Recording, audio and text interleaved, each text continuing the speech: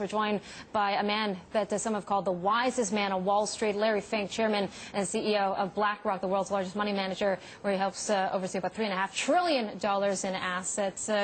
Good morning to you, Larry. Welcome back to the Asia Pacific. I guess I got to start this conversation off by talking about the foremost topic on people's minds, which is about Europe, especially with its haggling still ongoing. Now, you said on your earnings conference call that you're still going to struggle this year. How's this year going to look in Europe? So I'm not concerned about this day-to-day haggling, as you call it. They're going to come to a resolution. I think Greece is a country that has great indebtedness. It has weak growth prospects. It's shrinking dramatically right now. And so they're going to have to work with the Troika on a resolution. And it's going to be worked out.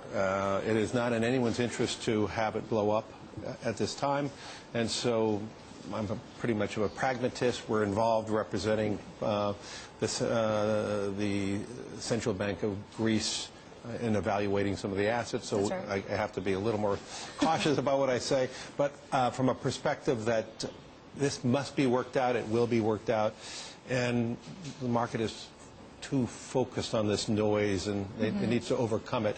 Related to my comment in our earnings period was, you know, I'm very bullish on the market. I think market is focusing on too much noise like Greece, and yet we're going to have a lot of volatility, and we're going to have to live with it. It's something that is not unique to this market, and it's going to have to be a component of the market. What makes you so bullish on the markets? I'm just curious because it seems like the markets are trading like everything's okay once again, and the LTRO has neutralized everything in Europe. Is that really the case? Well, what Mario Draghi is doing is not much different than what Ben Bernanke has done. He provided a great deal of liquidity. I think the ECB will continue to provide another round of liquidity. So when you think about crises, much of it has to do with liquidity. When you think about the collapse of Lehman Brothers, there was no liquidity and the market prices continued to fall. So what the ECB has done is provided liquidity, stabilized pricing. And when stabilizing pricing, then it allowed the market to settle down. And so between what the ECB is doing, and I think the ECB will not only do another round of LTRO, they're going to probably ease 1 or 2 or 3 more times. They're going to have a steeper yield curve. It's going to help bank profitability. It's going to stabilize Europe for the year. It's not. This is not a panacea that we're free and everything's great, but it is a. It's going to stabilize the markets in Europe this year. You have China. You're going to have a change of leadership, and I would think the leadership's going to want to come out on a high. So, although, you know, many people are calling for a hard or soft landing. We at BlackRock have always said it's going to be a softer landing.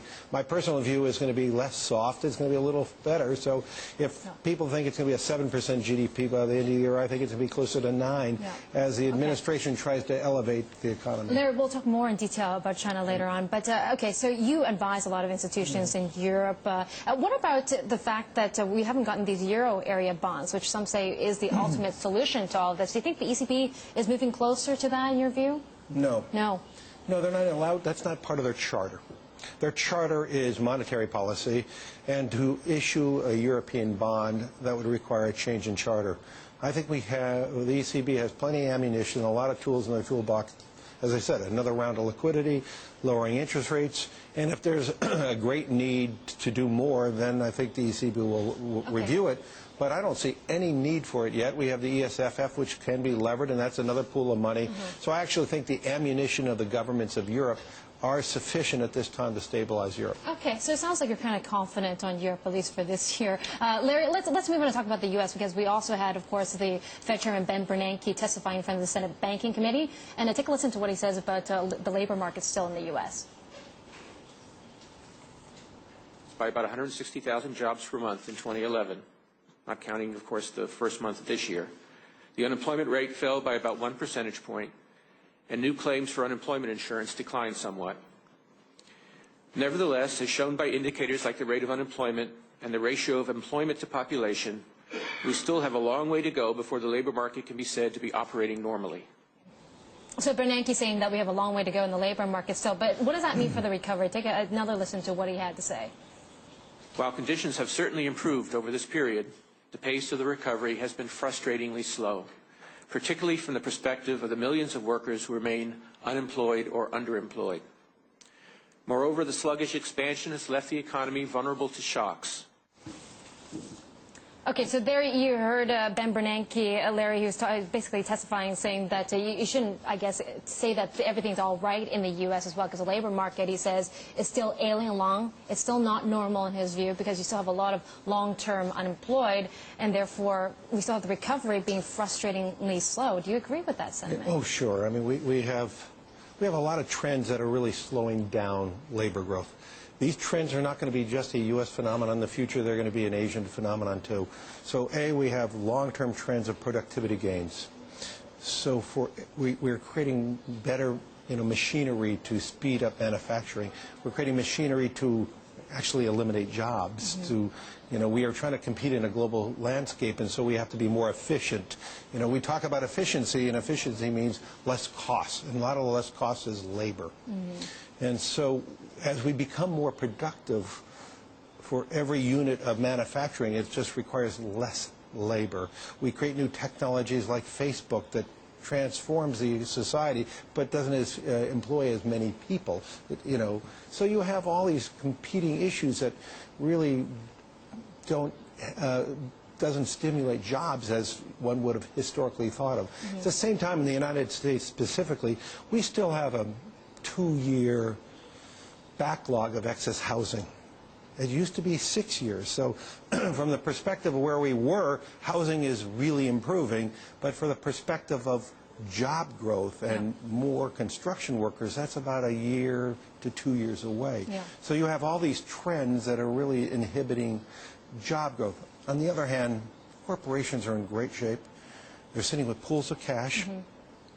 And that pool of cash is another indication that some of the lack of job growth is psychological with the executives of running companies.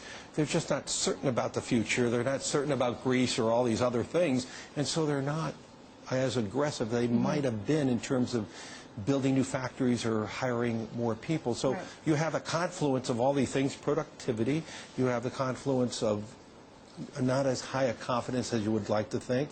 And you have still a destabilized housing market that is only 18 months, 2 years away. So you put that all together, we're not going to have as robust of job growth as we would have otherwise. But it is improving. We've seen in recent statistics a slow but positive growth in our job growth.